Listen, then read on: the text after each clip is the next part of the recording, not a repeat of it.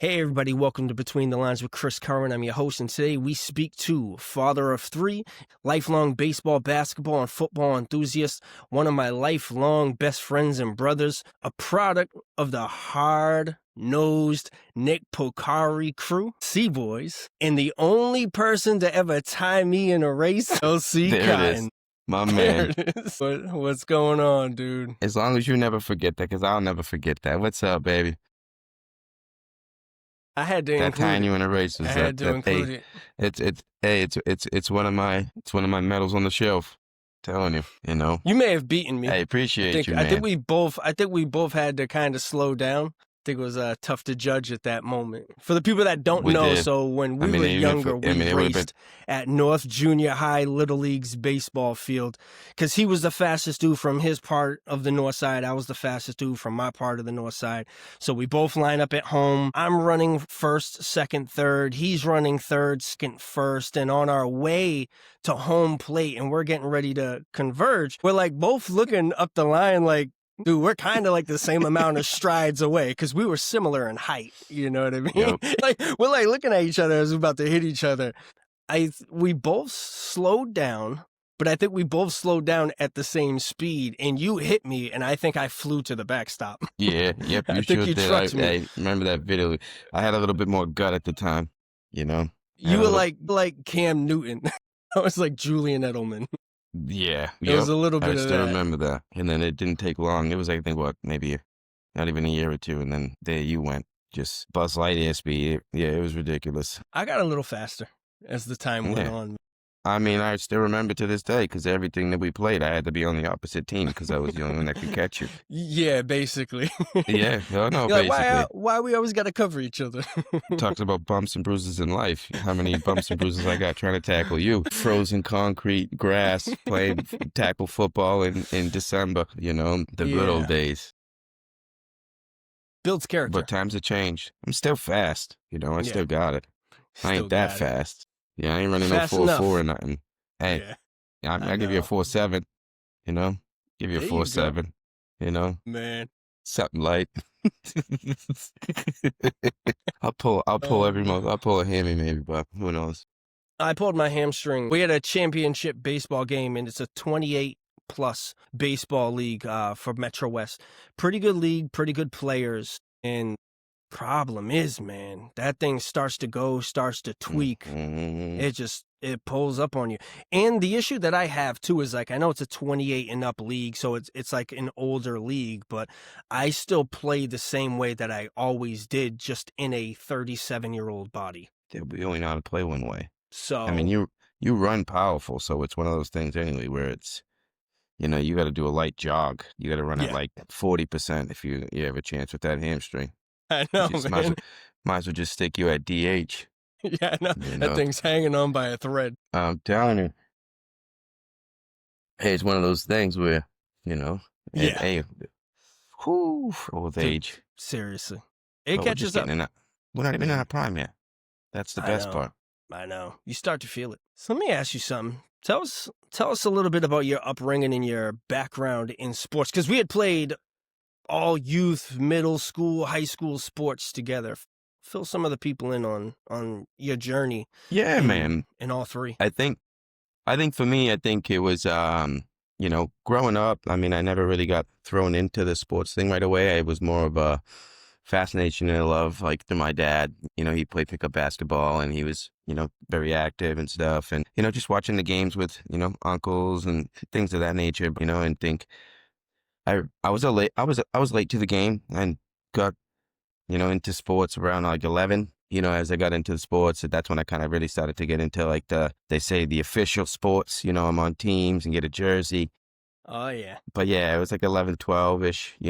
I always loved sports. I mean, I loved competing always. I think for me, it was just a natural thing for me. I always kind of wanted to just see where I stood in things and areas and with my colleagues. But no, man, I think for me, background wise, like I said, it's my dad growing up was a huge fan of basketball. He loved the Iceman. He was a big finger roll, George Gervin man, Dr. J, so it was heavy in our household when Saturday and that. So those are vivid memories for me. And, just kind of really, as I started to find my passion for sports, I learned really quick it was anything that had to do with competition that I enjoyed watching. I'd find myself watching polo, you know, anything, like just to learn different settings and rules, and just really fascinated with how people kind of find their thing, right? Like I Yeah. even now when I watch the Olympics, I'm like, what? How do they do that? Like, so I think for me, at an early age, that started. I really like enjoyed that piece of it, and I always kind of had a natural athletic piece thanks to my dad. Yeah. And it's one of those things. My mom was a roller skater, so I can't leave her out. She'd kill me. My mom's very competitive too to this day. So it's one of those things where the sports genetically was there. There was always kind of competitive between my mom and my dad growing up. The athletic piece, we always had the milk crate nailed to the telephone pole. Do what we had to do, whether we shooting anything in a house, making any game we could. I think that was the fun stuff you think about, I think. But no, man, my love for sports started young, and it still lives on through me every day. Like I think back being a child and really baseball, basketball, football, soccer. I think back to when I had my mulligan year at North Junior High, when I really was able to do some things. But sports has played a huge role in my life in terms of just, believing, discipline, hard work, man, work Yeah. ethic from the very early age. It's things that still kind of push me to this day. Like I said, I mean, started for me late, ended for me early. It's one of those things where God had different plans for me in terms of the sports Yeah. life. But when I look back at it, man, like I said, it's the journey is the journey. And I think for me, like I said, it started late for me in terms of the competitive official piece, but I wouldn't change a thing. I loved every bit of Mhm. it. I go back to my first year ever playing anything. It was Creedon and Creedon. And I think back to, I had the M squeezed hat looking crazy. That was the Yeah. fad back in the day. So don't make me pull out the old card. But no, man, that's when the friendship started, and seeing and meeting other people and different kids from the city and neighborhoods, and really kind of watching that all evolve. So for me, it was, like I said, I was a late to the game, but I think for me it was purposeful. But I always was playing sports with my brothers and football in the street, and up cars coming, gotta get out. Like it's Uh, those good old days. So Amazing too that how late you started playing in comparison to how good you were. Like I could always tell that you were a student of the game, not just a particular game, but many of them, because you were always good at everything we did. And this is back in the, early to mid 90s, where everywhere, yeah, outside, right? It's baseball, basketball, football, golf, hockey, street hockey. It was every single sport that we could get our hands on, essentially, is something that you were always good at. Like just in the neighborhood, you were always one of the first people picked, right? So that's kind of always the judge of where athletes are in that time. And especially growing up in the north side where we grew up with all the competition just on that street. Like we had probably 15 to 20 kids who were always playing, baseball, football, yeah, basketball, just in that general area. And at night, we were playing manhunt. hey, yep, So hey, telling you what a different world it was. But yeah, man, it was that's nonstop. hey, always. I just, for me, it's just the natural piece of just being able to, pick things up quickly. I think for me, I'm one of those, you show me, I can figure it out. I think that's been Hmm. a huge attribute of mine. Even still, I watch myself do work as I evolve as a man and continue to try to grow and be better. But I think for me, with the sports, I always tried to surround myself around the people that were better at it than me. Right. I think for me, I always wanted to Yeah. play with the older kids. I mean, I got an older brother, so I was always, kind of thrown into the big boys. So it's one of those things where that little grown man thing that I Yeah. had, so it's just lion-hearted. It don't stop. It's S- So you talked about sports. playing with your, yeah. Well, you talked about playing with your brothers. Like, how did they contribute to your mindset of playing back then, and also as you've like just grown into a man? Yeah. I mean, my brothers, man, I think for me, this goes without said. Anybody that's a single child, this ain't a knock. I don't judge nobody. Only God can judge. But I mean, I don't know what I would do without siblings or my Yeah. brothers, right? I think for me, from a very beginning, I mean, it's all I've ever known. I've never not had a brother. Like, he's older than Yeah. me. So it's, it's one of those things where, and especially being 5 years older, but like, I've always, looked up to him and followed him, even no matter what path it was. Like, it was one of those things where that unconditional love and that Mhm. idolization. I just want to be like him, regardless of anything. The mindset is he taught me a lot kind of growing up in terms of just being tough, doing anything afraid. I watched him do so many things afraid. Oh, and then having a little brother, I think me being a middle child speaks volume for who I am. I think, there's a special piece for us middle children where we have to, play bigger brother and little brother. Also, it's learning at a different speed at times as we grow up. But I think, my brother is, as I look at it, it's just a love thing. I think it's always knowing that no matter what it is that's going on in life or anything, they'll be there. I think growing up with brothers, I think for me, like it's hard to think otherwise. I think for me, all the fights and the nonsense and the craziness, and there was fights, plenty of them. But in the same sense, it's I look back at it in terms of just grateful. I'm really grateful for all of them. For both of them, and even all my brothers from another mother. I've been able to create a lot of friendships and bonds with people, and but even too, like I said, it stems back to just really the love is blessing. You learn resilience and, like I said, speaking that lion-hearted piece and doing things afraid. I think, always there to make a joke, even when times are tough. I think for me, that's where I've learned to be like this.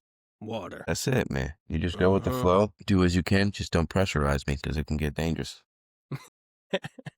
Yeah. But yeah, man. My brothers are everything. I think it's hard to think what life would look like without them. And, everything that I am as a man and a person, from the tough side to the soft, loving, nurturing piece. I would do anything for them. They would do anything for me. Sports wise, I mean, it was always a competitive thing with my older brother. Like I said, he's had me by 5 years, so I was always chasing him. Couldn't Oh, keep yeah. up. I got little legs, you know what I mean? So it was one of those things where, and then the little brother, I think it was always not letting him win until he could win, where it Yeah. really stuck hold. Keita was really one of them ones that just, baseball, it didn't take him only, I think, like 2 or 3 years to just really just catch up to me, be better than me anyway. So it was like, all right, that fight's over. Basketball, you don't want no smoke. Nah, but man, the brothers piece is everything. It's a special bond we have. It's Yeah. unbreakable to the end of the Yeah. earth. You know what I That's the mean? It's beauty in it, man. hmm It really is. Yeah, and you got that. You're right too, because you have that middle piece. So you're kind of playing two games. You're playing little brother but big brother at the same time, and that's tough terrain to balance at times. Like I'm little brother to three older, so it's always been little brother, and I can feel you in the sense of sometimes like you're casting that shadow of little brother, but you also have the element of being big brother. So it is a true balance. That's because you know too much. I've always been the little brother. Even when me and Keita growing up, we've always been the same size. Everybody thought we were twins. Mom had us wearing the same shirt, same sneakers and everything. I'd be like, nah, I'm 3 years older. What are you talking about? No way. And then you get to a point of it where it's like hard. But even too, like I look back at life, like, I'm proud of them. I think for me, Mm-hmm. my little brother has always been my inspiration. He's always been my chase. I think for me, I've always been so proud of that young man in terms of, who he is, what he does, always done it. It's one of those things where it's just, it's like I said, I've always been trying to catch him. And that's the little brother. Yeah. So that just tells you where I took a left turn in this thing called trials and tribulations and this thing called life. But like I said, God got different plans for me, man. It's just what it is. So it's a Well, beauty. I always say it's not how you start, it's how you finish. Yeah. That's it, man. Just staying Everyone's on going business. through. Yeah, everyone has a different path. And too, it's tough when people put their perceptions on what your route should be. Mhm. Let me not say never. I've always tried my best to walk my own path in comparison to what people had wanted from me or expected from me, because that's not fair. Most people don't know what they want. How are they going to tell you what you should want? Yeah. You're you. You're every small decision and big decision that you make leads you there. So if I jump into your life and your story on, year 38 and then start trying to navigate, it's like you've missed so much of what it's taken to get here. That's what a lot of people don't understand. Like, I would have did it this way. It's like, really? Because if you did, you would have been there. hmm I always hear that I about. don't really think you wanted to step on these hard coals I was stepping on. I don't think you wanted that. Yeah. Dude, and it's funny because just kind of a kind of a situation to show you that two things are not the same. So we went to Massasoit Community College to walk in the morning time. Cole wakes up early, and my brother Brian was going with my mother. And they asked if me and Cole wanted to go. And I'm like, yeah, absolutely. As long as he's okay, we will go. So we went. Now they walk a mile. It's 4 laps. And they walk and they talk and they vent and they laugh and they share stories. And I carried Cole all 4 laps. And he's 50 pounds, 4 feet tall. So the visual of it and the message of it was every mile is not the same. Like, we both just walked a mile, but I walked it with a 50-pound kid sweating in the summertime. But I made sure we didn't miss out on it. Lower back screaming. Yeah, so it's like my path and my journey was different than the others that walked the same path. But, yes, you embrace it and you loved it. Different weights, different carries. I mean, I think for me, different push-throughs. I think for me, the only way is always through. It's the only way is through. I think for me, it's one of those things where I heard somebody said, like, if everybody's quick to complain about their problems, right, until you have to put yours down and go pick up somebody else's problems, right? And I bet you're really quick to go pick your problems back up. Bet you that. It's because you never know what anybody got between the social media and everything. People. As sad it is, it's people are good at facade and giving the real feel, and it's and like I said, my thing is everybody deserves peace, love, and happiness, man. That's the focus. Every day or anything. It's either healthy or it's unhealthy, and there's really no in between when it comes to things. Exactly.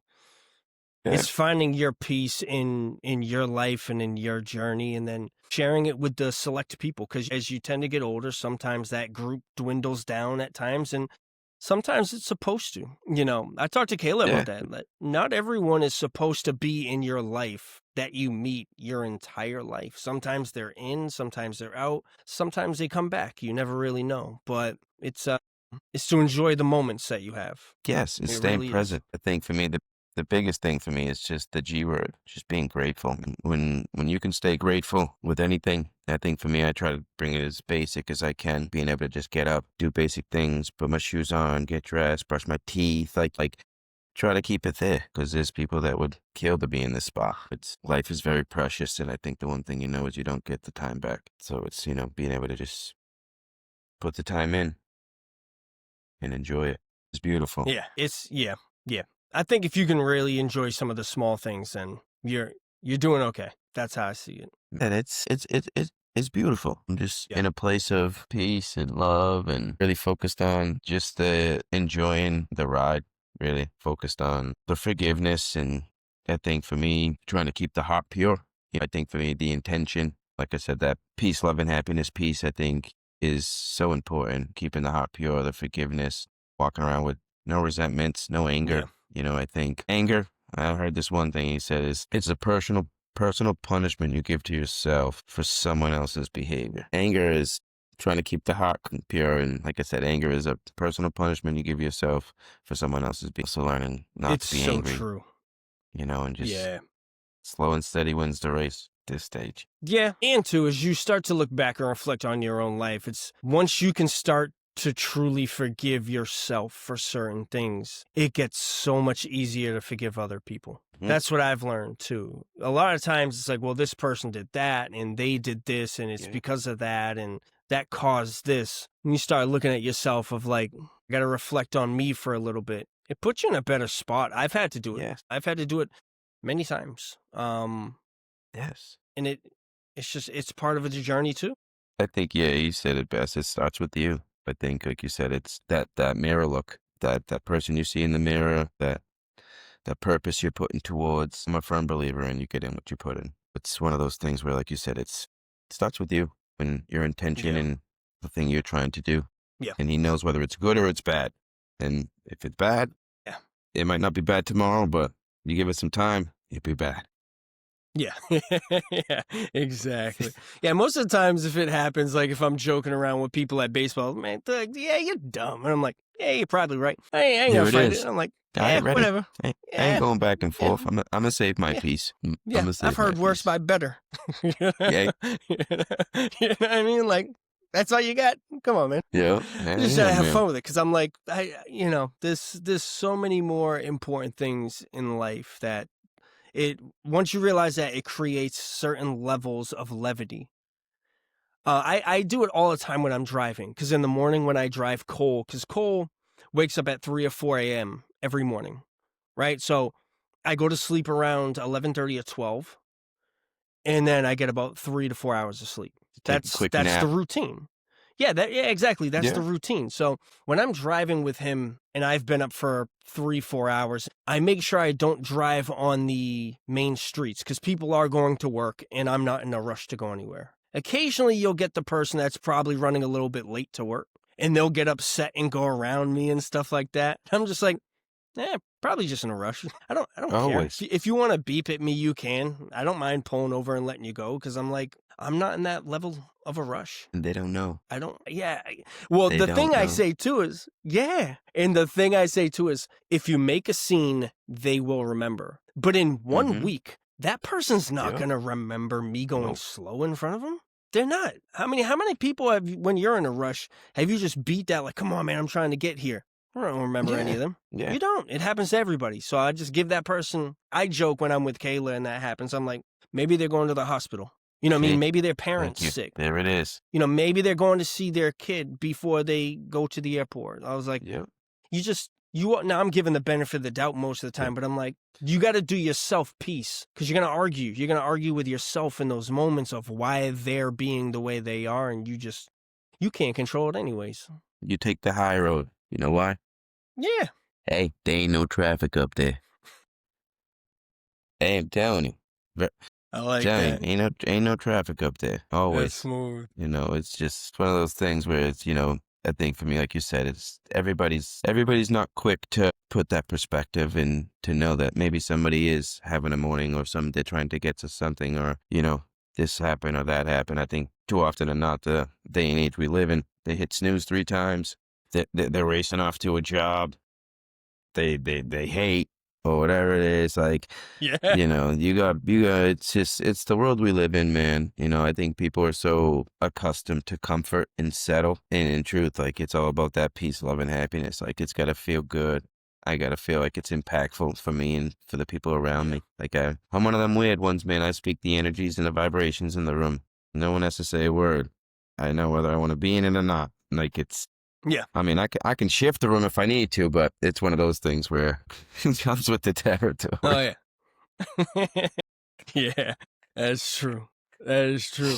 Because there's also a difference of I'm trying to be this person versus I can be that person. And Yep. that's the progress and stuff that you make. And I have those talks with Kayla because she knows. Yeah. The About warrior in trying the to garden. be, yeah, exactly. Rather than a with you. gardener at war. Yeah, I'm just saying. I get it. It's so true, man. You just you try your best. But let me let me ask you this too, with the tough past and at times tough upbringing.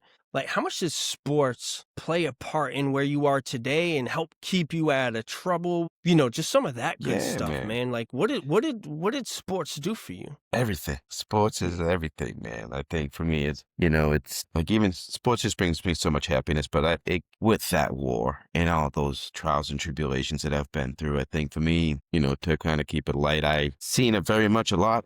At a very young age, things I shouldn't have seen, things of that nature. But like with the tough past and the trouble, I like to say that sports hesitated my trouble, so to speak.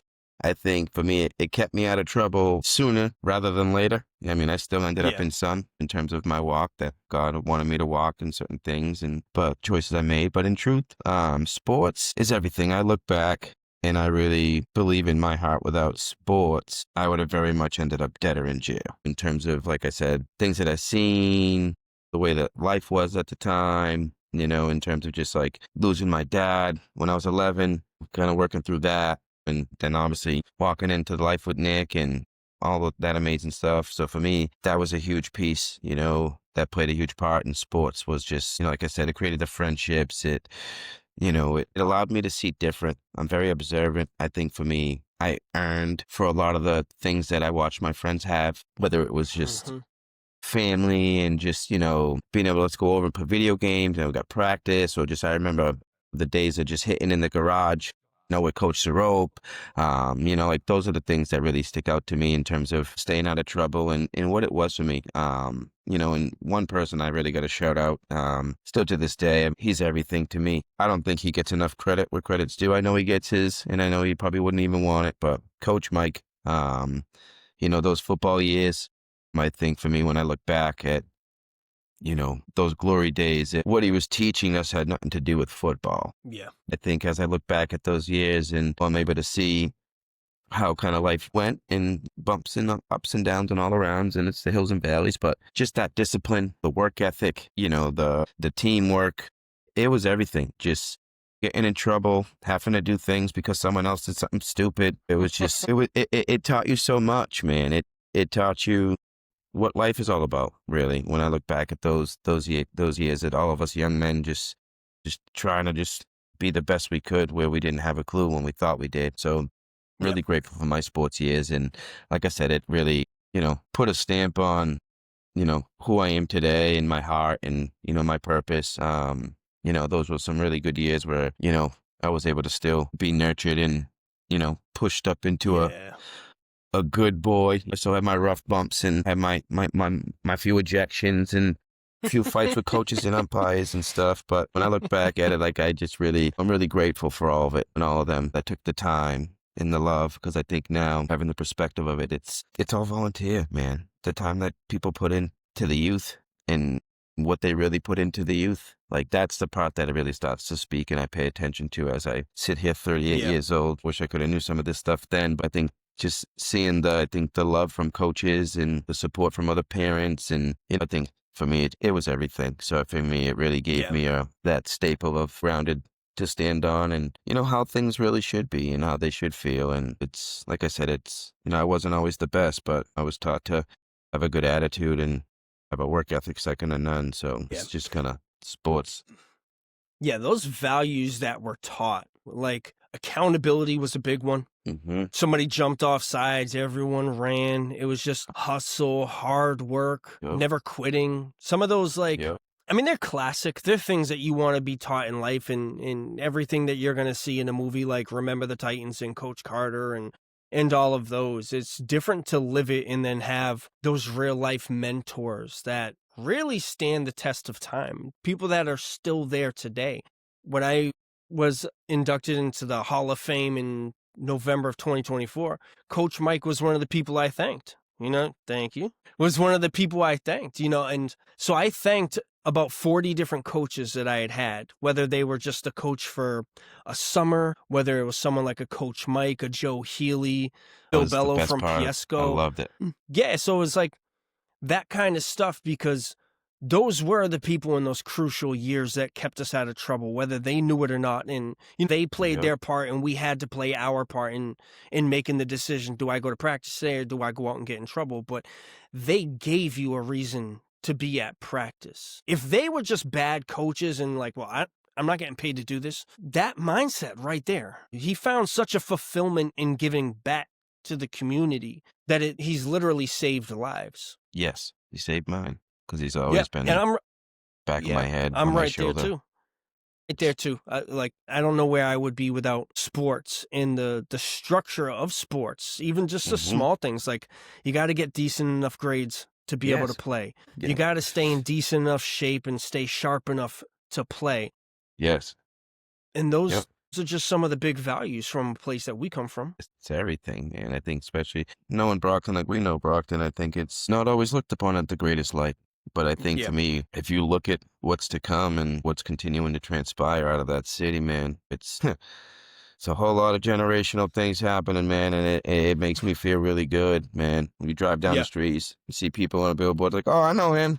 Oh man, Yeah. okay. That's It's funny. a special thing, man. And it's, things are on the up and up, and it's that optimistic piece. But like I said, the sports and those values and everything are distilled to you in those crucial early ages where it's like, I even find myself now when I'm on a treadmill, always a little bit more. Or can I do it a little faster? Like, you know what I mean? It's, all right, you ain't gonna Mhm. quit yet.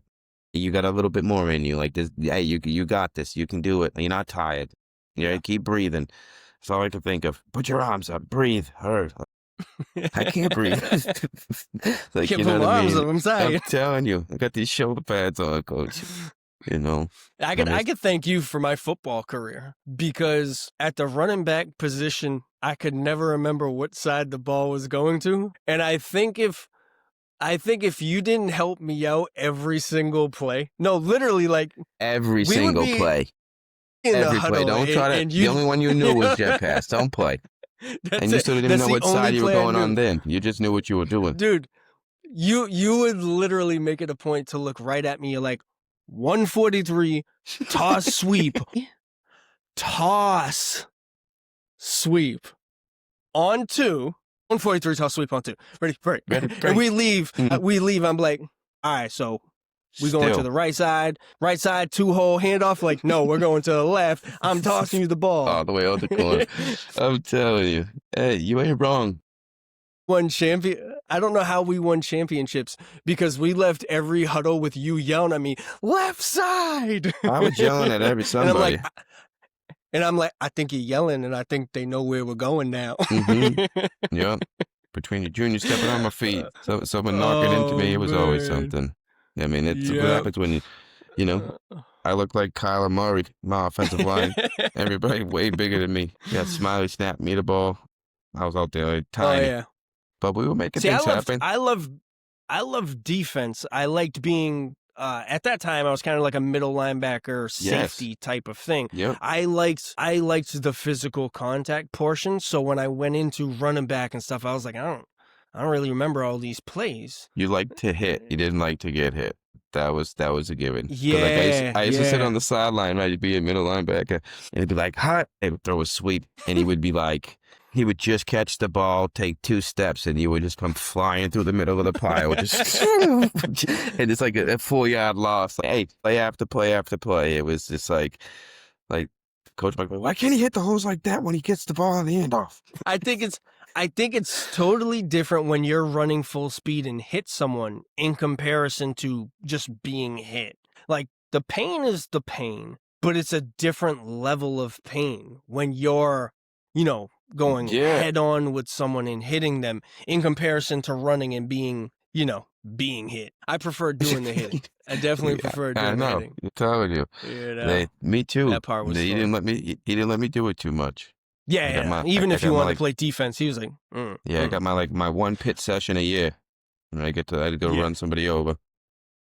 Well, in the early days of us playing football, quarterbacks were extremely rare. It was rare that you had a quarterback that could throw the ball, right? So you usually just had like kind of a wide receiver guy that could kind of throw it, but most of the people ran. We were one of the only teams that actually threw the ball. Like we actually had designed plays where you could pass the ball. So we took advantage of a lot of defenses that didn't always work on pass coverage. Yeah, I would love to see my stats. I mean, we got to talk to Coach Mike. Like, I'm where are the telling you. stats, man? Hey, completion percentage on point. Like 5 incompletions my whole career. I mean, I can't take none of the credit, man. It was, look who I was surrounded around. Like, Yeah, we had a good team. I'll never forget it that day. That first opening practice. And coach was like, hey, who could throw it? It was like 15 of us just got in a line, like 10 ducks, But us, so but that's all we did was throw, and I think, I gotta give the shout out to Casey, man. Mr. Casey. He was all over me and Ryan, teaching us how to put the finger here, hold it like this. My hands were too little. I couldn't even stretch them like that. You got to get the point to come down. Like he was teaching us things that you look back on it, I think, just even hearing the conversations, everything is just it's parenthood. Dads being dads, moms being moms, distilling good things into the children. It's like, damn, But yeah, man, it's the good old days. But I could throw it. I could throw it. We had what, like 7 to 10 pass plays in our arsenal that we used to run. Teams had maybe one. A few play actions, One or rollouts, two. And then you guys all used to get so mad at me. I mean, I wouldn't call the plays. It's not in charge. Listen, I'd get to the huddle. It'd be either you or somebody. Like, 75-yard run. Yeah, bring it down to like the 2 or the 3. 50 QB keeper. She'd be like, come on. This dude's got all the touchdowns, man. Junior's like, I'm going to step on his feet. I mean, I'm telling you always, Junior. That's my man. Telling you. But I think for me, the one part that, as I look back at that, like, it was fun, man. It was the good days, being able to wear the jerseys in school and knowing that no one could touch me. Couldn't even touch me at school. You couldn't even get too close to me. Yeah, I mean, between you, the lineman, whoever, John, like anybody came. Hey, what are you doing? Hey, don't touch him like that. Put him down. It was just. Can't touch the quarterback, man. No, man. That's the rule. It was, and they lived by it, man. And you watched nothing but great things come from the group, and it's a special thing when you look back at it all. It's wouldn't change a thing. I really wouldn't. Yeah, I still and remember we had a good group. We had a good group of people who played all sports too. Like, yes. So we had like the Johnny, Junior, Smiley, Tori, like a number of the kids who played North football, right? But then you had you, me, Keita, Casey, a bunch of people that also played baseball and basketball too, right? Less of us played basketball, but most of us played baseball. So there were a lot of us playing all 3 sports with each other too. Yep. All year round. That was the best part. Constant competing. Like, I think that was fun. Whether it was practice, it was always something, jumping in the back of that truck, wherever we were going. Walkers, EB Keith, you pick a field, we would go into it. It's special, man. We did play everything. And I think that was the great part, though, the versatility that it brought out. In all the other sports. Like, I even look back at our basketball days, filling that gym up. That gym used to be packed. Absolutely packed. Yeah. Like, like it's, but you jump with your 40-inch vertical, grabbing every rebound, just grab the ball like, LC, take it. Take it. Yep. Telling him, he goes can't in. Shoot. Hey, I can't shoot. Just take my it. man's in for 5 minutes. He's got 7 rebounds and 3 fouls. Sit. Flying I was up like and down Dennis the court. Rodman. Hey, making things happen now. I would run way too fast, so I would do a layup and it would just slam off the backboard. And I'm like, all right, I'm not shooting anymore. I'm just going to grab rebounds. I'm going to be the obnoxious dude on defense that's like, why is he doing full court press? I was like, I just got to get the ball. Take a shot for me. Let me see it. Take a shot. Let me see if you still got it. Let me see the form. That was me, man. Yeah, man. It was a tough realization that I couldn't really. Not only was I not good at basketball, but I couldn't shoot. And I was small. You made the team. You were good at basketball. You can't say that. I hustled. I was on the team because I worked hard. I hustled. I could rebound and steal, and I was fast, so I could just run over and try to steal the ball. You were like 4 foot tall. You could bench press 300 pounds, and you ran like a 3.7 40. Like, it was ridiculous. That's why you made the team. And the truth is, how many brothers you got? Yeah, 3 older brothers. Come on. Yeah. So it's one of those things where my job was to get you the ball. It's for you, so that was my job. Yeah. And then I would get it and try to give it to somebody else. Our team was stacked, man. Chad and Drew, and like we were a beast. That year, I think that year Shane was on it. Yeah. Yeah, I think that year we swept. I think we won everything that year. Yeah. Yeah, basketball, football, baseball. You played volleyball too. I did. Ran cross country. I did it. I ran cross country. I played once. soccer. Coach Maloney kept putting me at midfielder, bro. Not it. Like, bro, I'm not chasing this ball around all day. Bro, I want to play goal with it, ain't it? And then I remember volleyball I got in trouble and they wouldn't let me play in the championship tournament at Brockton High because I went to baseball tryouts instead of practice. And if I didn't go to baseball tryouts, I wasn't going to be on the team, so I had to make a sacrifice. It was volleyball, baseball, hard. It's like, coach put me in a spot. Man. Coach, you put me in a spot, coach. Like, that's tough. But hey, the best part about all that, You know where I was though? Sitting right there on the bench with my shirt on. He wouldn't let me play, but I was there, you know? Yeah. I'll never forget that. But That's the anywho, small stuff. That's the you stuff you know, got to do. hey, but no, it's knowing the things that, you know, that you love to do. Like, you know, Yeah. I'm on the volleyball team. I'm only one friend. All my friends on the baseball team. What sport I'm going to pick? Yeah. Exactly. Yeah. Volleyball for you was probably just like a filler. Basketball just ended. I'm about to do volleyball. Mm. And then when baseball comes around, it's a way to stay involved. It gets you, you know, another N for your Letterman jacket. I was on that stage the whole time. They're like, just stand right here. Just, yeah. Yeah. You got every single one. All the sports. I mean, Yeah. I did well in cross country. I held my own. I ran it once. I don't know what place I got. I think I got like third place or something. Yeah, you did. But I remember that. I came in for seventh. me, for me, it was, I never trained and I was like, this is not working for me. There's no ball involved. Yeah, And I you know. were going against people that ran cross country year round. Like that's what they did. For us, like I said, it was football, basketball, baseball. And I get into this and I'm just like, what am I doing here? So I ran once. I went to like one meet and then never went back to practice again. I remember. Forget I used to Yeah. see you every day. Yeah. You're like, where you at? I'm like, I I'm not couldn't believe running, you man. just showed up and came in third. I still remember that. I've been on the team the whole time. Been running every meet. Been chasing Keith's ass the whole time. You know? Yeah. That boy, man. But no, man. There's some runners in the city. That's the one thing I still remember to this day.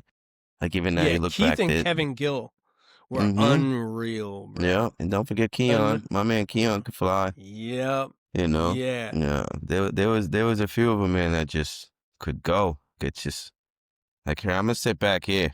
I'm finishing the top 10. I'll be okay. Yeah. I I'm got a trip to people that try to get you. I got 7 cramps.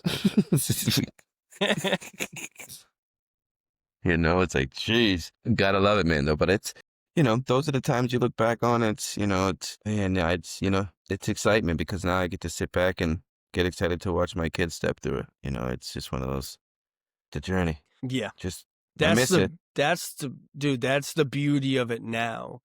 So now you have 3, right? Mhm. So what's fatherhood like been for you as you went from that transition of not being a father to being a father, then like you got 2 boys and then you have a girl. What is all of that like? What's it like fatherhood wise, but also to be able to see your kids play sports? Fatherhood wise, man, is, you know, very cliche, but there's nothing like it.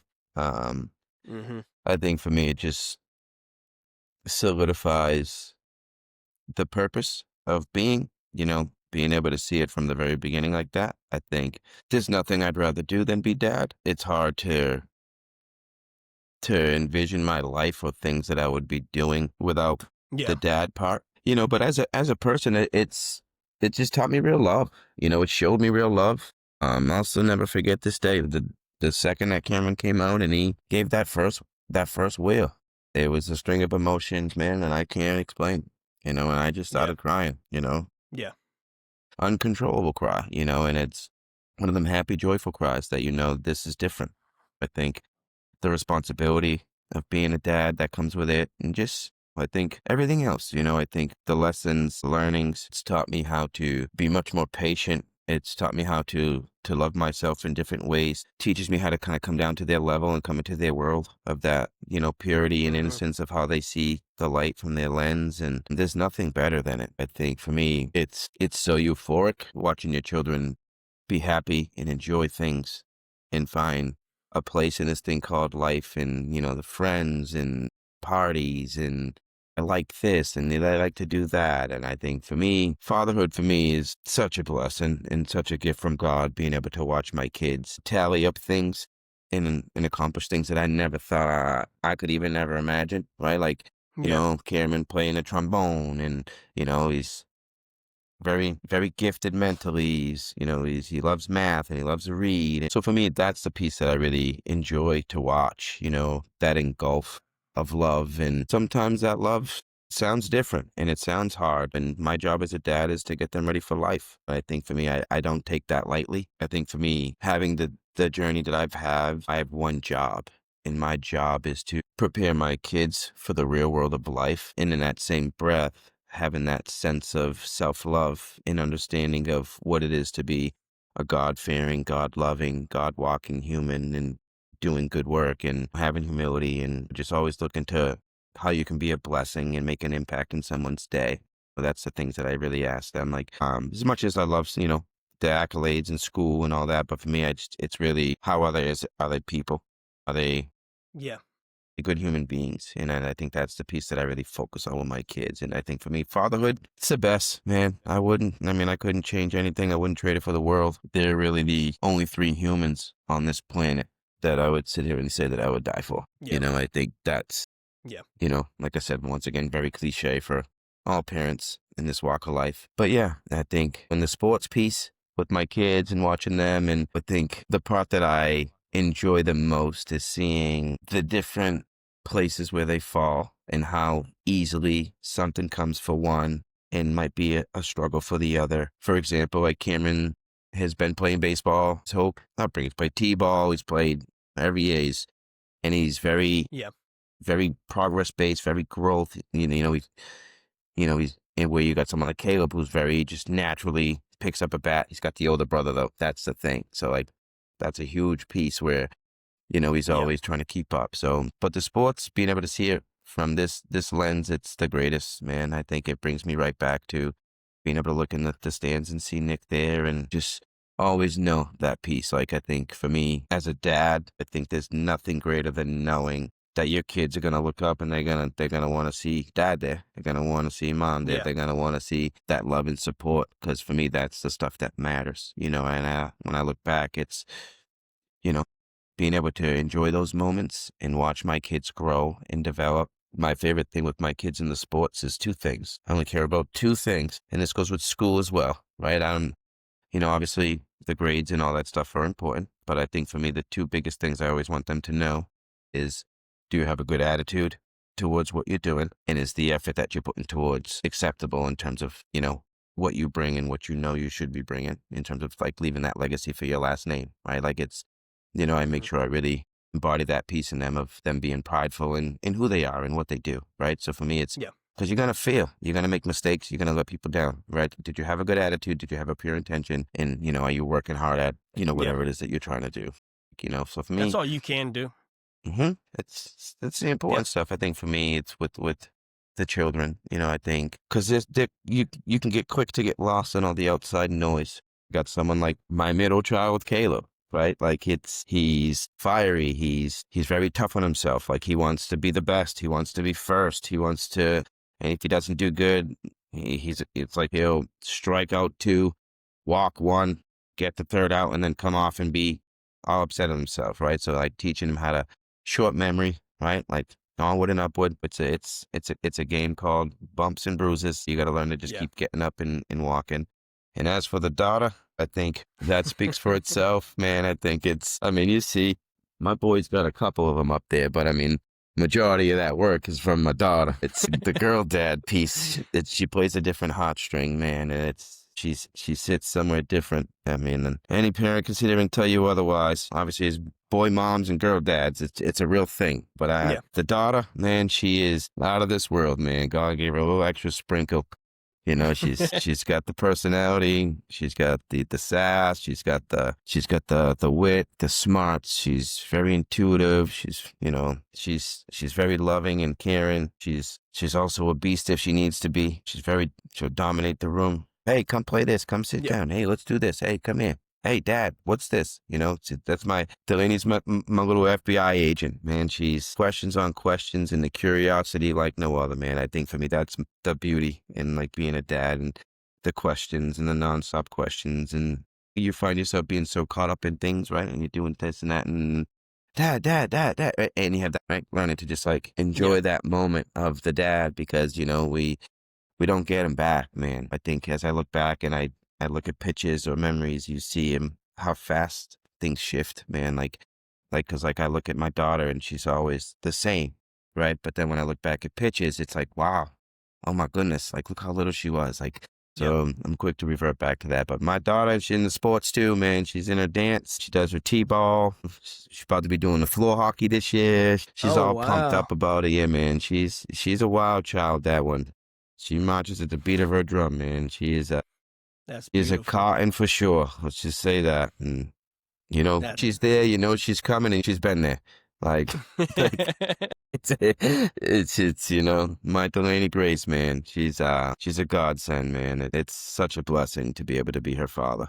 And I think being a girl dad and having my trials and tributes that I walked, that was God's way of being like, here you go. You know, Yeah. it's taught me a different side of me that I didn't know was there. And I think for me, I'll say this out loud: we need to protect women at all costs.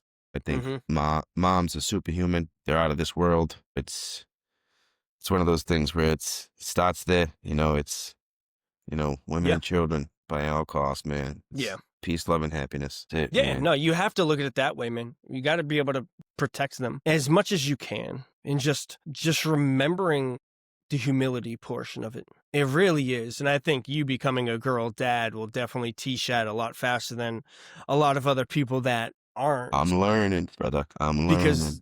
there tends to be a different level of sensitivity or tenderness that comes with that. And they also tap into a different Yes. portion of your heart, right? So Yep. it's not, you're not loving someone more or someone less. There's just a different version of love there when you have boys in comparison to girls. Just I from love the the way you just conversations said that I've had.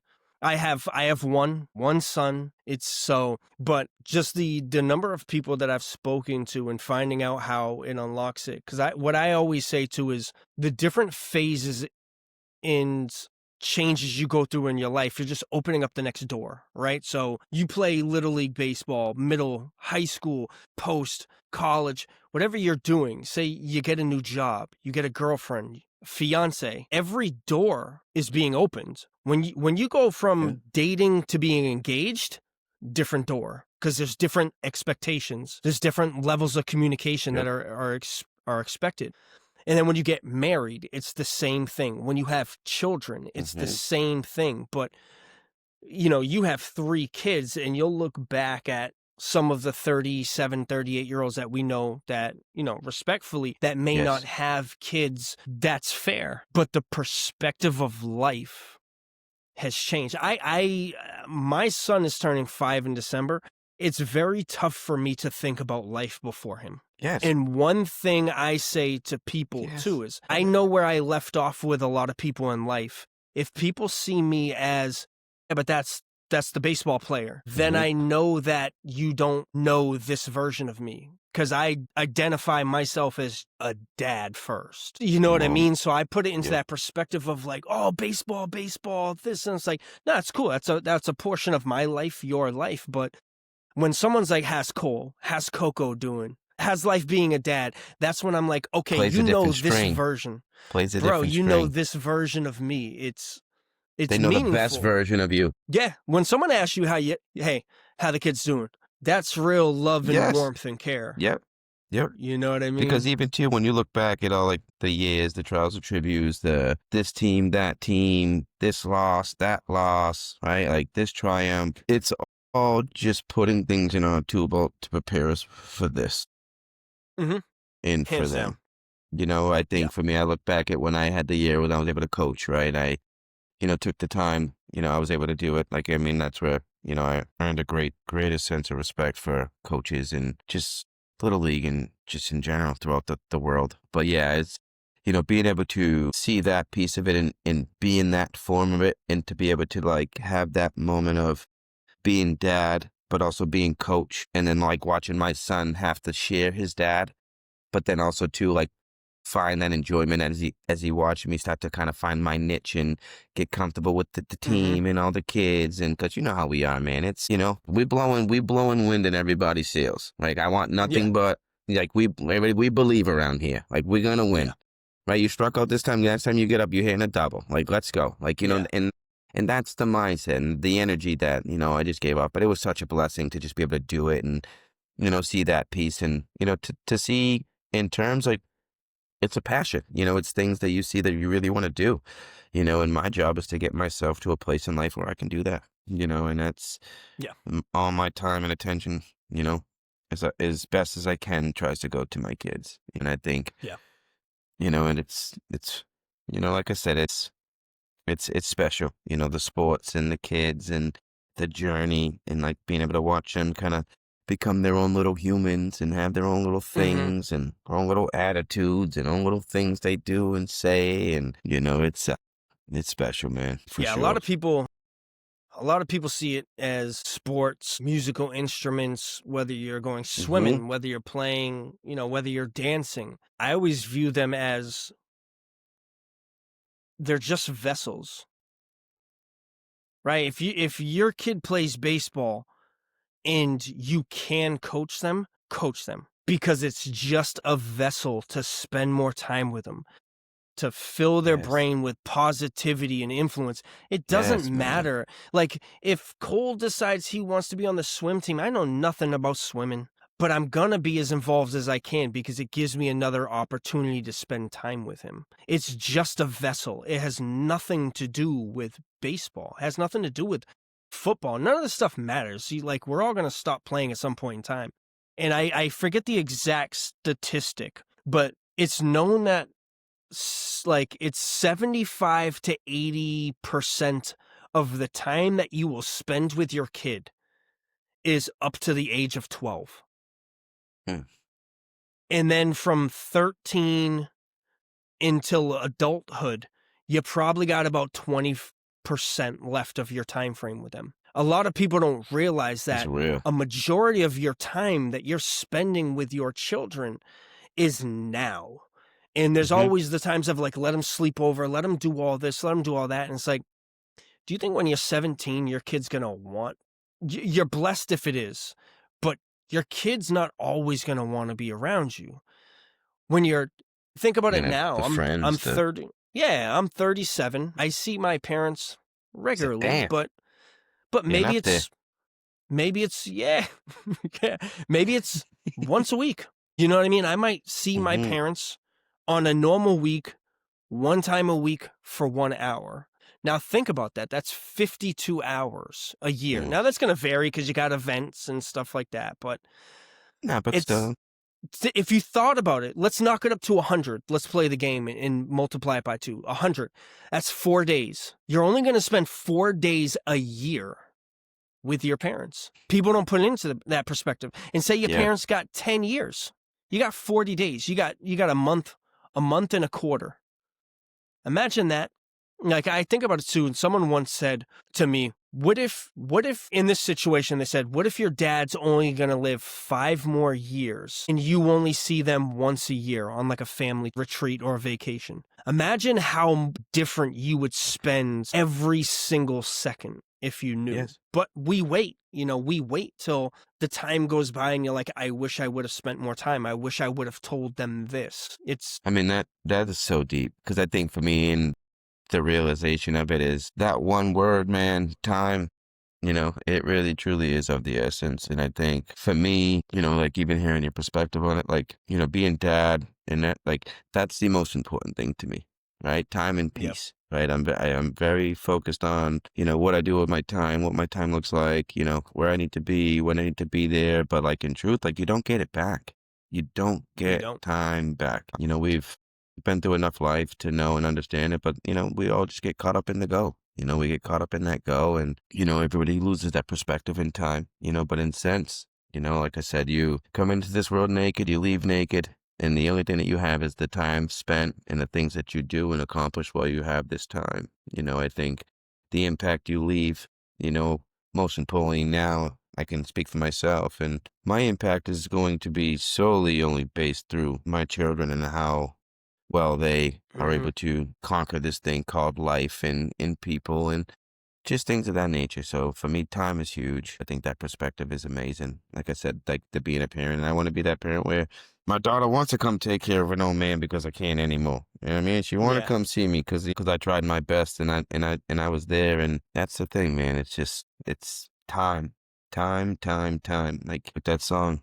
It ain't gonna be like this for long, so you gotta learn to sit back and then really relish in those moments and give them as many kisses as you can when they're, 7, because then they turn 8 and then they turn 9. I turned 10. Yeah. Yeah.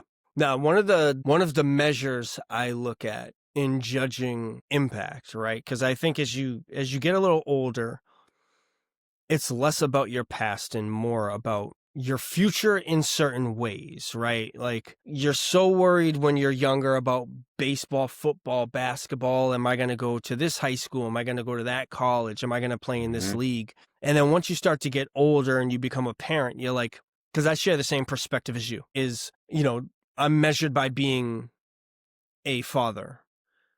And one of the outlines I have is Nick, right? I think about how much Nick is remembered and loved, and I'm like, Amen. that's the goal, man. To be loved and remembered that much. I mean, In isn't time frame. that very small time frame of like that level of impact in that time frame is beyond what some other people could do in 30 years. Yes, the impact that he's You made on know? my heart. Like, I mean, stays true. I see him every day, talk to him every day.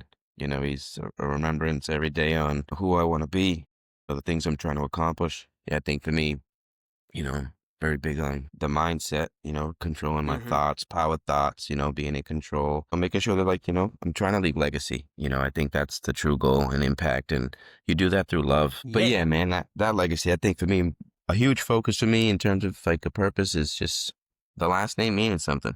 I really Yeah. trying to get myself to a place where just pouring into these children, man, like they are everything that I'm gonna be. And that's where I kind of like to live by. I think for me, knowing that dad did, and dad was, and dad tried, and dad Yeah. loved. It's some Christian values, man. Really just trying to make sure I stay true to them with them. I think you see every day, man. Knees in prayer, I think for me that picture right there with Jesus holding the child by the hand, like for me, I always look at it like that's me every day. I try to put myself Yeah.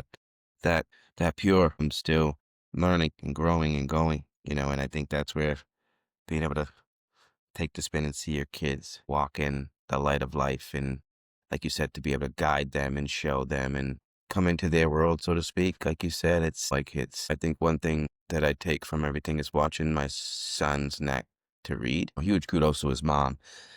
She's read that boy a million books time and time again, but Yeah. something like I've never seen Harry Potter, right? Wasn't my thing, until I have a son, and all of a sudden I've seen all the Harry Potters. My son reads the books.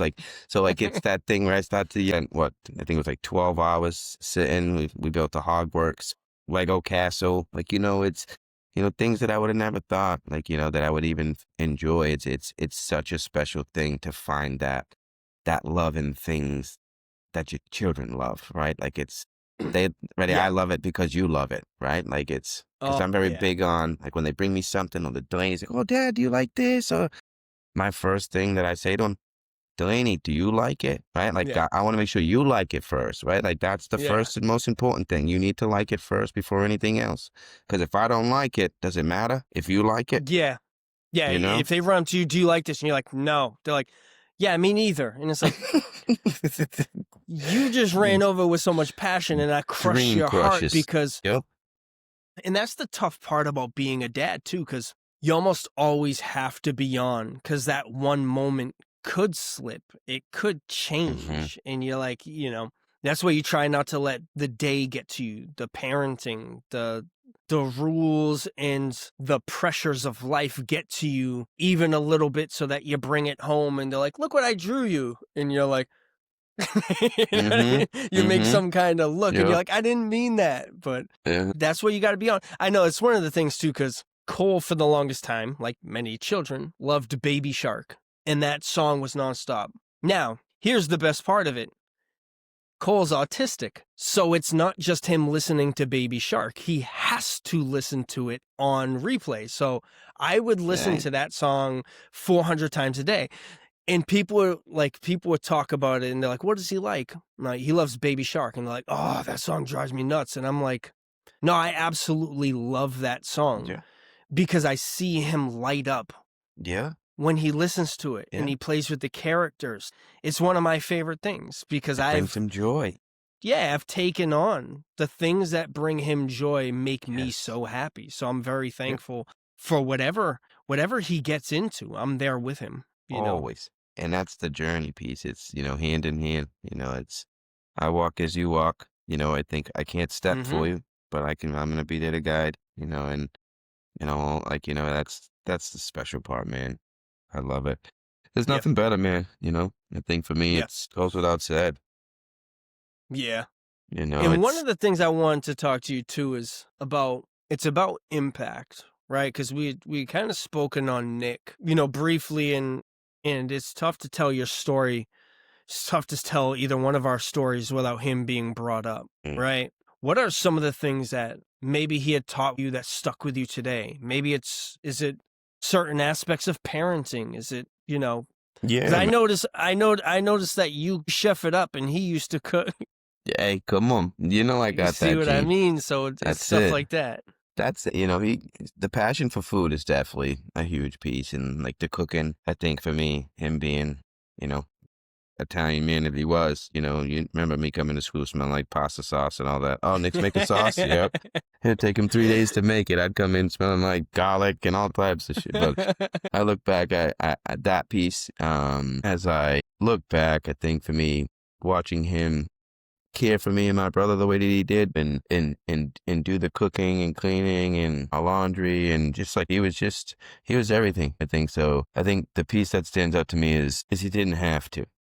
It was just Yeah. his calling. He was a godsend for not only me, but for so many others. But, most importantly, I think one thing that really sticks out is he taught me, I'll never forget the day he said this. He said, don't you ever come home and tell me that you lost a fight. Right. And little did I know at the time of him saying it, like, obviously I'm, bringing it into fisticuffs, but in terms, like, he was teaching me life then, right? He's really distilling me on, not to give up, never give up, stay focused on the things that I need to accomplish, like, always moving forward, that resilience and perseverance. Like, it was just, don't ever stop fighting, right? So, like, someone beats you up, like, and beat you down, hey, you get back up and you keep fighting, and you get back up and you keep fighting until you cannot fight anymore. You keep fighting. So that piece there, I think, just always, like I said, I mentioned the unconditional love that I seen immediately, because it's just one of those things, as goes without said, what he showed me, my brothers, and so many others, and what he meant Yeah. to so many. I think, his sacrifice that I used to watch, as he used to get older, and, still try to work and provide so me and Kita could have cleats and we could play sports and we could be on this team and we could do that. And when he didn't have to, I think for me, it means the world to me, man. I miss him every day. And there's not a day that goes by where I don't think about him. I don't thank him. I don't move with an intention on trying to make him proud. So for me, with just that alone, like, it just for me, he was everything. He was everything that I needed. God put him in my life at a very important time. And, you know, he raised me and my brother. I am, you know, the decent man that I am today because of Nick and what he distilled in us. And I live through a lot of his values. But, from a man, he just taught me to keep on keeping on, stay true to who you are, always look to do good and help others. I think, this, Nick was one of one. Mhm. And it's hard to still try to, I find myself all the time thinking what life would look like for me if he was still around. And I know in my heart everything would be different. And I honestly said I don't want it to be different, right? I'm grateful for the life that I have, and what things are, and I'm grateful to be present, and I'm grateful for my kids, and I'm grateful for, every mistake that I've made. I'm grateful he's taught me to stand on your mistakes, stay true to the things you are, who you are, what you've done, what you continue to do. So that's, a huge portion of my life goes to Nick and what he's given me. Yeah, it's well said, man. I think when you spend that time to kind of reflect on the lives he's touched in the time that he was around and the ages that we were when he was around is so crucial, man. Just to be around in that 11 to 17, 11 to 18 Yeah. type of range, it's massive. Yeah. It really is, because he provided a safe environment for people that Yes. didn't have stable homes, consistency. He showed me all of it. I mean, yeah, I mean, you can talk about the food he used to cook and the times he would drive you to the games, but more important than the delicious food and being at games on time, he showed you consistency. Yes. He showed you dedication, love, everything that you would need in those times, in a time where he didn't have to. It's the He was most special. unselfish thing. Yeah, He was special. yeah. I mean, It's it's hard to think where I would be without him, man. I know for me, in those of us, I would be not in this light. Let's just say that. yeah, Let's just say I there'd know. probably be It's there'd be a different angel that probably had his hands on me. You know, if didn't really come in and make the impact that he did with me. You know, and I'm forever grateful. it's crazy to think of like the three different phases you kind of talked about. What would happen if he wasn't here? Being thankful for having him as long as you did have him here, but also what would it be like today if he was here, or even here for just a little bit longer than what he was?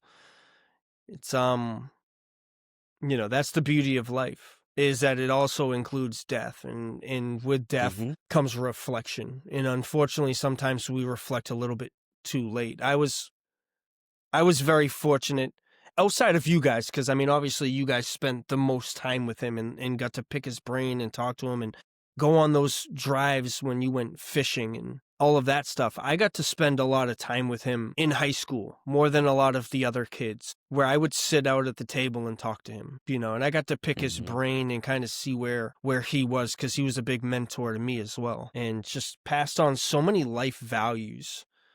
Um, that you just don't get. You don't get it from people that aren't naturally or biologically invested in you, right? To have someone just come out and spend that time and talk to you. That's he was a different breed. He taught me for the first time. Like obviously, you grow up, your parents loved you, but it was the first time that you felt it was real, the love, right? There Yeah. was like obviously I know my mom and dad loved me growing up, but it was just a safe, real feel love, right? With just it was just the way he hugged you, whether I was hurt and had an injury or just, you know, the talks he would have with me after I would get suspended. It was just, it was constant progression, and I look back at all of those conversations like you mentioned, and it's, we're so quick to just like take those moments for granted in those moments, right? Like, and I Yeah. think that's where now being a dad and like being able to have those euphoric moments and conversations with your children as they get a little bit older, a little bit wiser, a little bit more understanding of things and, how the world goes about, so to speak. And for me, that's what I get excited, right? Because I think that's the impact. And like, that's the piece, because then you're going to turn and, hopefully my kids can go and pour that belief and impact into other children. And, it's just Yeah.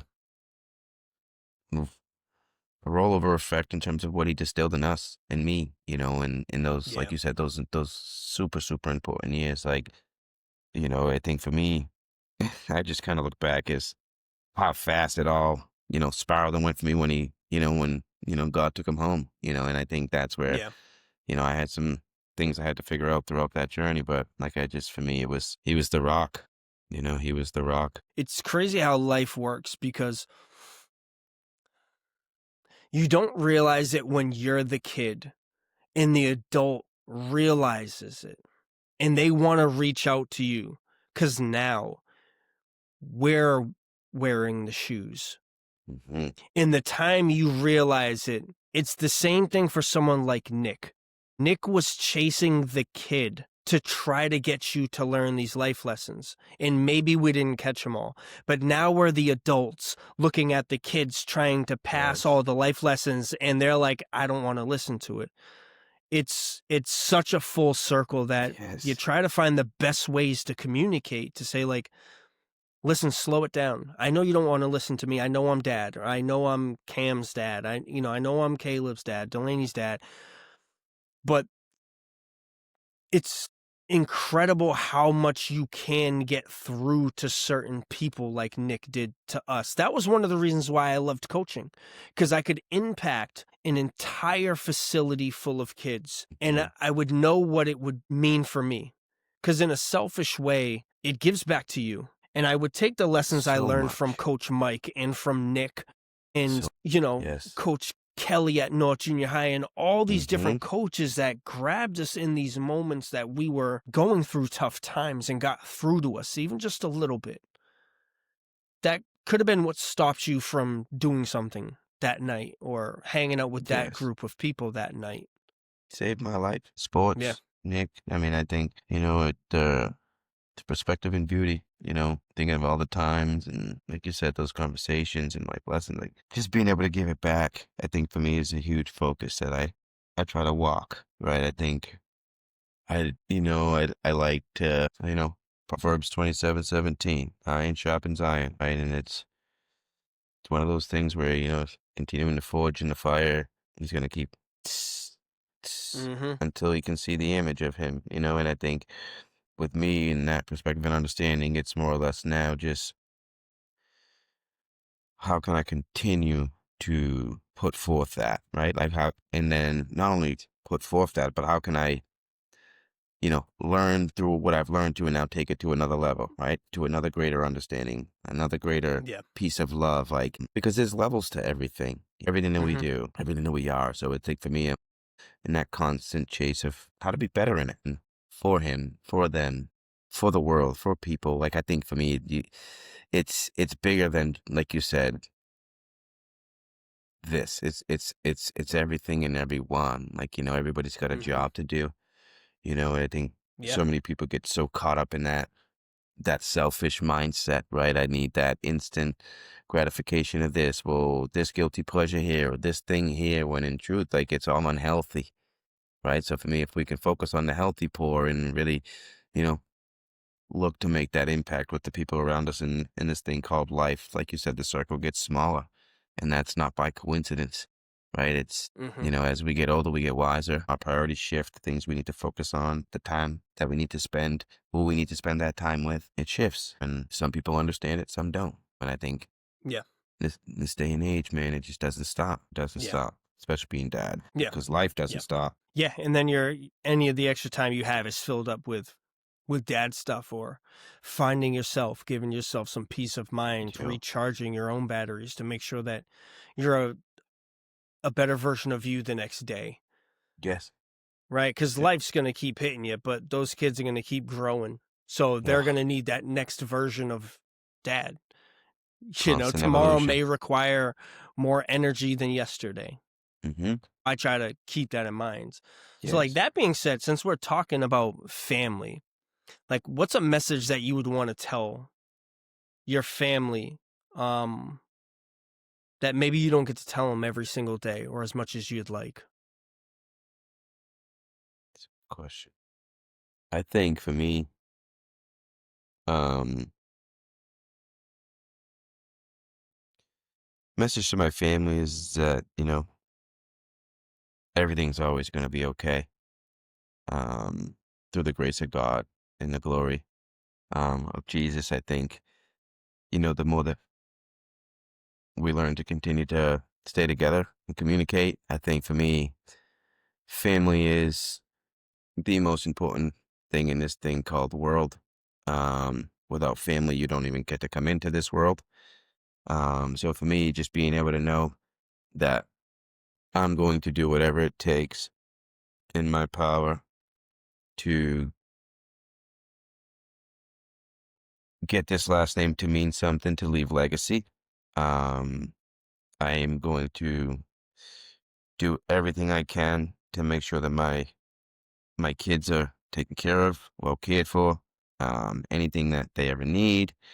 But no, I would do anything for my family. And I think for me, just knowing that to always put God first and to just know that Jesus loves you. You know, I think for me, that's Mhm. like very important to me, my family. If you could leave one message for your children, what would it be?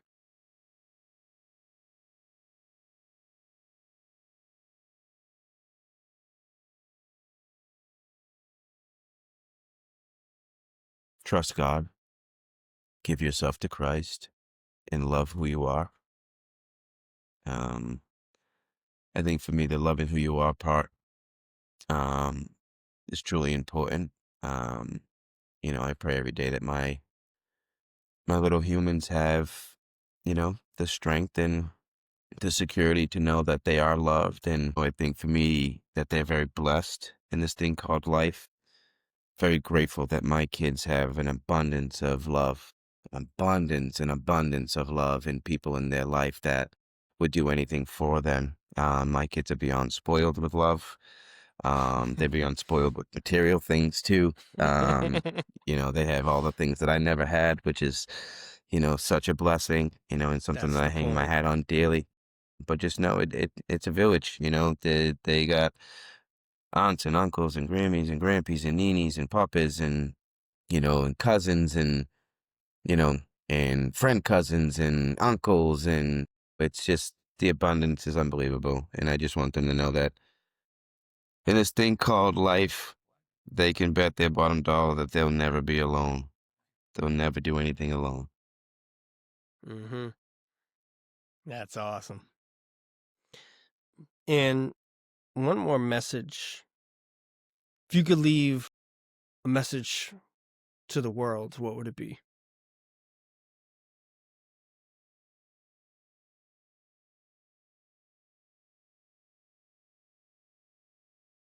I love this question. Message to the world, I think for me is just let's be better. I think as humans, we know good, we know bad. We know there's no good without the bad, but we also know we have free will and choice to change some of the bad.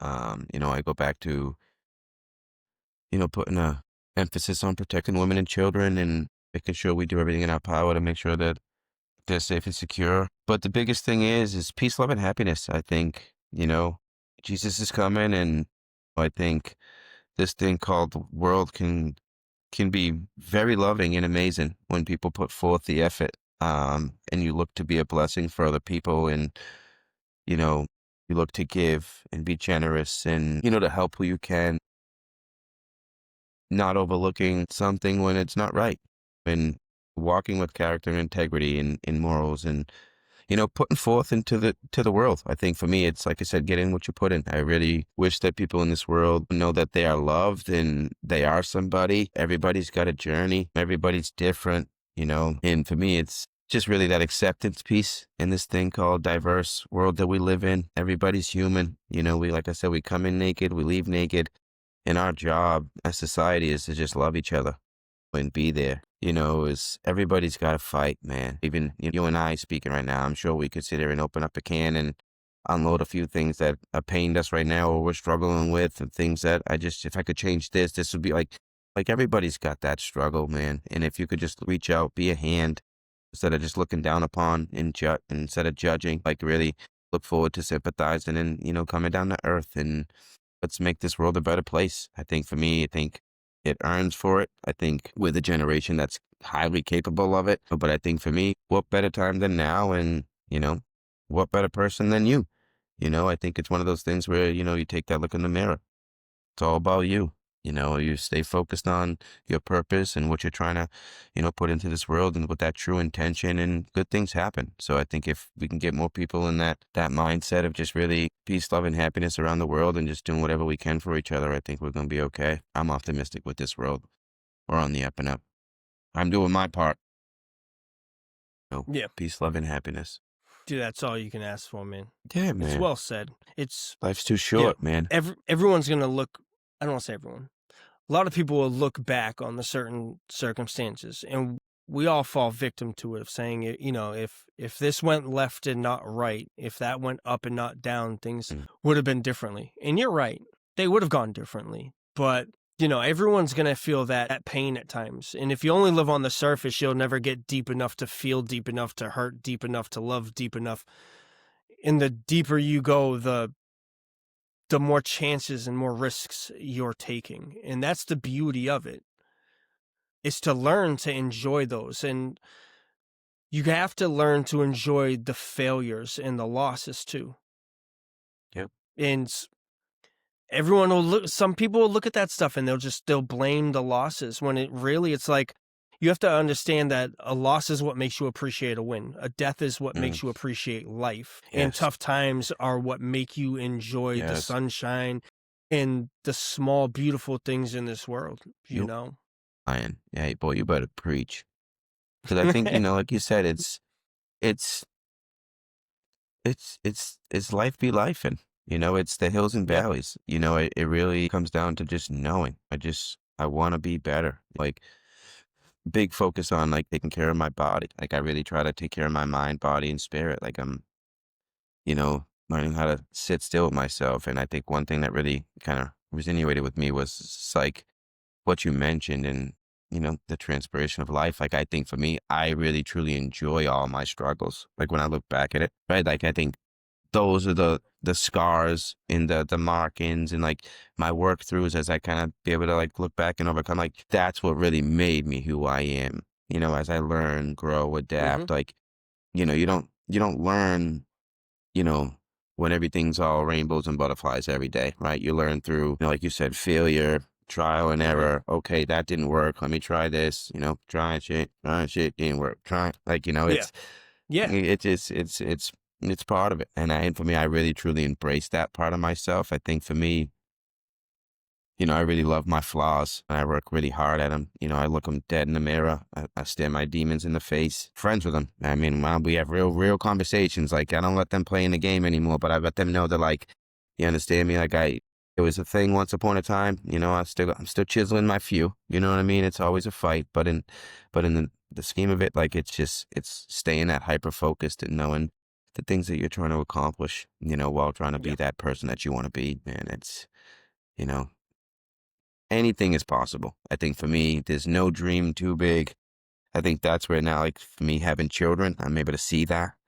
Damn Oh it, yeah. what age did that get shut off for me? Like, when was it? Yeah. When did I stop telling myself I couldn't be in the NBA? Like, you know, or Yeah. it's like, yeah, when you stop growing in the ninth grade. Oh, her, you Oh know, but man. I know. I'm just blessed, fortunate, man. Blessed and fortunate. That's great to see. It's great to see how you've owned everything that's happened so that way your future can prosper, right? And you bring that level of experience through those trials and tribulations to a level of experiencing, and now you can also parent in a certain way that some other people haven't been able to. Yes. It's not all sunshine and rainbows, and if that's what people go through, then, God bless you, and I hope it continues, but Mm-hmm. for the other 99.9999% of us, Mm-hmm. the idea is that when you go through something, you learn from it, and it's only a Yes. problem if you don't learn from it and you don't change it into something better. If you Yeah. get in enough trouble, you might not be able to change it, but Tank. regardless of your past, I always say this too. If someone's judging you on your past, that's where they're stuck. You know, you're only stuck in the past. I'm worried about the future and where we're going. The only way is through, man. I mean, in Yeah. anything, it's only way is through, you know, and I think, like you said, it's that perspective of just knowing, you know, whatever it takes to see your children smile, you know, and, you know, to keep putting good into the world because it's going to come Yeah. back tenfold. I think seeing is believing. And I think for me, it's you got to believe in yourself first. It's accountability mirror is huge, knowing what you've done, whether it's destruction, chaos that I've caused, people I've hurt, things I've done. Like it's all about overcoming and working through it. You can't run from it. Yeah. It's you work through.